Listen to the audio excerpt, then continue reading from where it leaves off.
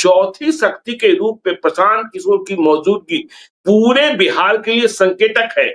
और होश उड़े हुए हैं दोनों गठबंधनों के कि प्रशांत किशोर पता नहीं कहां किसकी सेहत बिगाड़ रहे हैं। हम एक ट्रेंड देख रहे हैं ज्ञानेश्वर जी, ये ट्रेंड हम देख रहे हैं जब से बिहार बदलाव की यात्रा उन्होंने शताब्दी से शुरू की है, तब से हर सभा में भीड़ जुट रही है, हर जगह लोग जुट रहे हैं। और हम लोग पहले दिन से जो उनका कोर, अब ऐसा लग रहा है जैसे जैसे चुनाव नजदीक आ रहा है वैसे वैसे ऐसा लग रहा है कि जो बदलाव का आकांक्षी वर्ग है बिहार का, जो बिहार में बदलाव देखना चाहता है, जिसको पहले अब इस बात को इस तरह से समझिए कि एक वर्ग था जो आरजेडी को वोट नहीं देना चाहता है, बड़ा वर्ग है बिहार में जो नहीं देना चाहता है, जिसके दिमाग में उसकी स्थिति में है आरजेडी की पुरानी बातें वो नहीं देना चाहता है।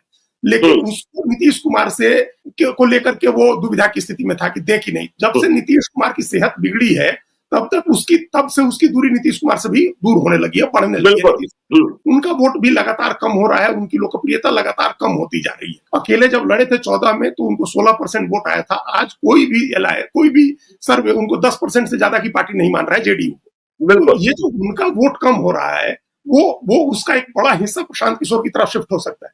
ये एक बहुत बारीक राजनीतिक बात है जिसको सर्वे करने वाले लोग बहुत गहराई से समझ रहे हैं, उठा रहे हैं, इसके आंकड़े भी ले रहे हैं। नीतीश कुमार से जिन लोगों का मोह भंग हो रहा है, या मोह भंग से ज्यादा ये कहें कि जिनको लग रहा है कि अब नीतीश कुमार बुजुर्ग हो गए और बिहार संभालने की स्थिति में नहीं है, उसका एक बड़ा वर्ग प्रशांत किशोर के साथ जा रहा है या प्रशांत किशोर की तरफ देख रहा है कि ये कोई बन सकते हैं कि नहीं, हमारे लिए अवसर कोई हो सकते हैं कि नहीं हो। तो प्रशांत किशोर वो अवसर बन रहे हैं। और हम फिर दोहरा रहे हैं ज्ञानेश्वर जी, 20 से 22% वोट बिहार का हमेशा तीसरी ताकत को जाता है, अन्य को जाता है। 78 से 80% वोट ही बढ़ता है दोनों गठबंधनों के बीच में। तो उसका मालिक कौन है? इस बार आप इतना मान के चलिए कि निर्दलियों के लिए कोई स्थान बिहार में नहीं रहेगा। पिछली बार निर्दलियों को 9% वोट मिला था, तो वो निर्दलियों के लिए कोई स्थान नहीं रहेगा। ऐसे ही अगर गिनते चले जाएं तो 9% निर्दलियों को जो वोट था वो उनके लिए इस बार नहीं होगा, 2-3% होगा। पिछली बार 5.66% चिराग पासवान ले आए थे अकेले लड़के। वो पूरा का वोट, पूरा 5.6% वोट नहीं ट्रांसफर हो रहा है एनडीए।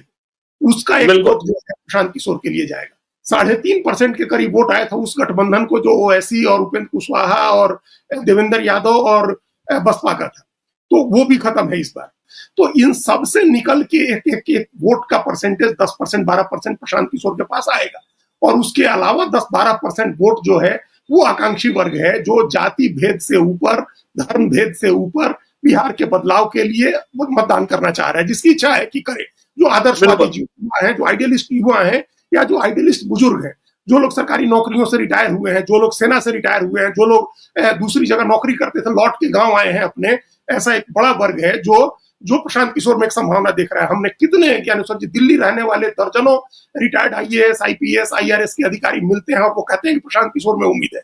देखिए, बीजेपी ने एक कोशिश प्रारंभ की है जिसके बारे में फिर से पुनर्विचार शुरू हो गया है।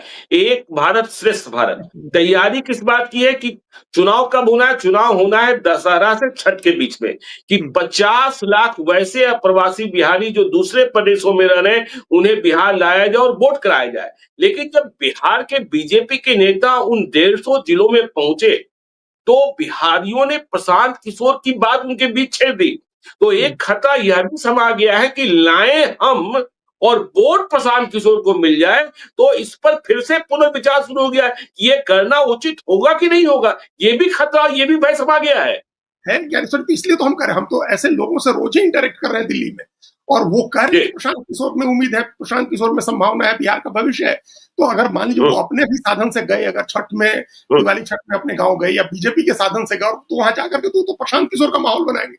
तो हमने कहा 10-12% तो वो पॉलिटिकल वोट है, फ्लोटिंग वोट, जो पिछली बार चला गया था चिराग पासवान को या उपेंद्र कुशवाहा ओवैसी के गठबंधन को या निर्दलीय को, उसका एक बड़ा वोट जाएगा प्रशांत किशोर को। और ये जो आकांक्षी वर्ग है, नौजवान वर्ग है, या जो आदर्शवादी वर्ग है, जिसको हम लोग मानते हैं, जिसने जीवन भर ईमानदारी से नौकरी किया है, टैक्स भरा है, मेहनत किया है और अब रिटायर होकर के है, उसको प्रशांत किशोर में संभावना दिख रही है। अगर वो वोट प्रशांत किशोर के साथ आता है तब तो, और प्रशांत किशोर अच्छे कैंडिडेट चुन लेते हैं, तब तो एक निश्चित रूप से बिहार का चुनाव त्रिकोणात्मक बना देंगे। और ये इसी का संकेत उनकी सभाओं में मिल रहा है। हमने पहले कहा, महीनों तैयारी करके सभा की चिराग पासवान ने जितनी भीड़ जुटी उतनी उनकी रोज की सभाओं में जुट रही, रूटीन की सभाओं में भीड़ आ रही है, अपने आप लोग पहुंच रहे हैं और लोग पहुंच के चर्चा कर रहे हैं उनके बारे में, एक मैसेज लेकर के अपने गांव जा रहे हैं कि भाई ये आदमी अपने लिए तो कुछ कह ही नहीं रहा है। ये उनकी सबसे बड़ी पूंजी है आदर्शवादी और आकांक्षी युवाओं के बीच में, बुजुर्गों के बीच में। तो ये वो उनकी सभाओं में आने और महिलाएं जिस तरह से उनकी सभाओं में आ रही हैं, नौजवान आ रहे हैं और जो एक मैसेज लेकर के गांव-गांव जा रहे हैं, ये दोनों गठबंधनों के लिए बहुत चिंता की बात है, बहुत सोचने की बात है और उन्होंने अपनी ताकत दिखा दी है हर जगह। बिहार का चुनाव दिलचस्प होने जा रहा है और बिहार के चुनाव में तीसरी शक्ति भी अब मजबूत होती जा रही है और एनडीए के भीतर खटपट है और इंडिया ब्लॉक में अब तक कुछ तय नहीं हो पाया है। तेजस्वी यादव का नेतृत्व ही तय नहीं हुआ है।